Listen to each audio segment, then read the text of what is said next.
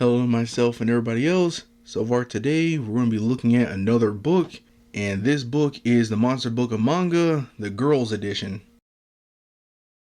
So far with this book, it's basically similar to the other Monster Books of Manga, except with this one, it specifically focuses on just drawing female characters. And so far, again, it has a lot of topics and is a pretty thick book just like the other ones. So far with this one, it does cover the same thing, like a decent amount of topics, showing the contents and everything here. It basically shows that it goes over just topics such as everyday, fashion, princesses of the world, fantasy, magical girls, professions, sports, seasons and festivals, and heroines. So basically, again, I'll just go through all the topics like I did in the other one, so this will probably take a little bit. So far, to start off, in the topics of everyday is young girl, high school girl, 20-something, career girl, 30-something, and grandmother. Next topic is fashion, which involves Kogel, Visual K, Gothic Lolita, Otaku, and B-Girl. The next category is princesses of the world, which includes traditional European princess, Chinese princess, Japanese princess, Indian princess, and Arabic princess. Next topic is fantasy, which includes succubus, earth spirit, fire spirit, air spirit, water spirit, and fairy. After that, the next topic is magical girls, which includes girl and pet, little witch, love soldier, assassin commandant, and in Queen of Evil. Next is professions, which includes waitress, policewoman, nurse, idol singer, and F1 race queen.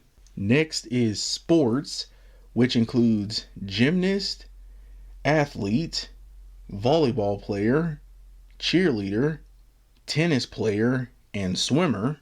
Next is seasons and festivities, which includes Christmas, Spring Festival, Summer, Thermal Baths, and Halloween. And finally is the topic of heroines, which includes sci-fi futurist, Sundry, Joan of Arc, samurai, cowgirl, adventurous, Valkyrie, and prehistoric. As you can see with this book, there are a lot of topics in it. So far, this book, it still has similar topics in this book compared to the others. So far, with every single drawing, it covers things such as the shape, the volume, the anatomy, the clothes, inking and lighting, color, shading, and also the finishing touches. So far, it covers those topics for some of the topics, because this one, it covers 8 parts for some of the drawings, but in other ones, it can cover it with 6 topics, which basically includes shape, volume, anatomy, clothes, inking and lighting, and then finishing touches. So far, some of them will cover like 2 extra topics, while other ones only cover 6. So that's just like the main difference between like this book and the others, because the others would usually cover like 5 topics, and then I think the second edition only covered maybe like, that one I think also covered 6, while the first one only covered 5. So that's the main difference between this book and the other 2 that I reviewed. Also, another thing basically to point out with this book as well is that so far the descriptions in this book are kind of a bit more, not highly detailed, but they at least give more information behind the poses and why they were picked and what to look out for. Because basically, if we look at traditional European princess, basically, like if we look at the shape, the description at the side, it basically says stuff like, let's sketch our character in an elegant position, one that is suggestive of a princess. This time we'll draw her lower half of her body out in front, making the pose more powerful by accentuating the arch in her back, which is a perfect posture for emphasizing her attire. Again, that's a lot of like description for the armature or the shape of it. that so far the other books really won't give as much. Like so far, let me look at another one from this book. If we look at the shape for the girl and pet, basically the shape description basically says a real magical girl always has a presentation pose, as ours won't prove to be any exception. We'll sketch the main lines of the figure's movements and especially her spinal column, which marks her position. So far, that again is a pretty decent description on the pose and what to focus on. But if we like take a look back at the Monster Book of Manga 1 and we take a look at the succubus from the first monster book, so far for the shape, it only just says something like select a posture that shows a proactive attitude, which really doesn't tell you that much. It's just really vague. And even same thing if we look at the second monster book of manga, if we look at the magical girl from that book, so far the shape basically says the figure is leaning backwards and is seated. Its arms are spread apart as if it were on an air mattress that prevents it from falling abruptly.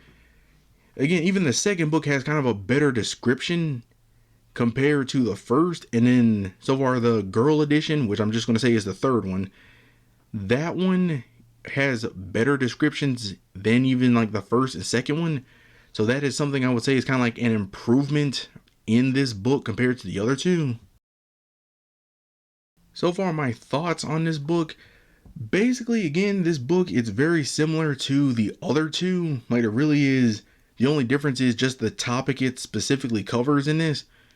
But beyond that, again, it's very similar to the other ones. Again, the descriptions are a little bit better in this. But it is the thing where if I kind of use my same scale like normal, for beginners, you probably won't learn a ton from this if you go in knowing nothing. So you're better off just like finding another book, learning the basics, then coming to this book later on. Intermediate, if you just want to like test your skills, nothing's wrong with getting this book. Same thing for if you just want like a topic or something just to try out, also not bad. Same thing for the advanced, if you just want to try the different styles and see if you can get close, then it's perfectly fine for that as well. So yeah, like again, this is a book where basically just based on those, it's perfectly fine overall with this book. So really, there isn't like a ton to say about it.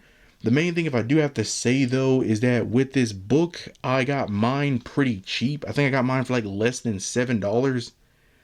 But if you're like trying to find this book like brand new or you see it in a bookstore, it costs $24.95 in the US. And in Canada, it costs $26.95. So basically, again, just you'll be paying like a decent amount of money for it.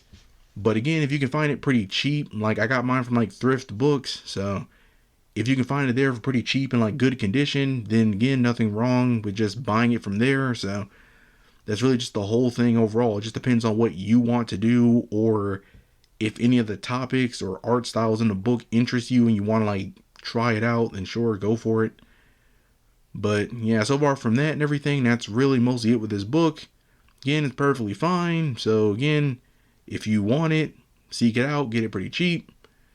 But if you don't really need it, then you're fine going without it. So yeah. So to myself and everybody else, see you in the next one.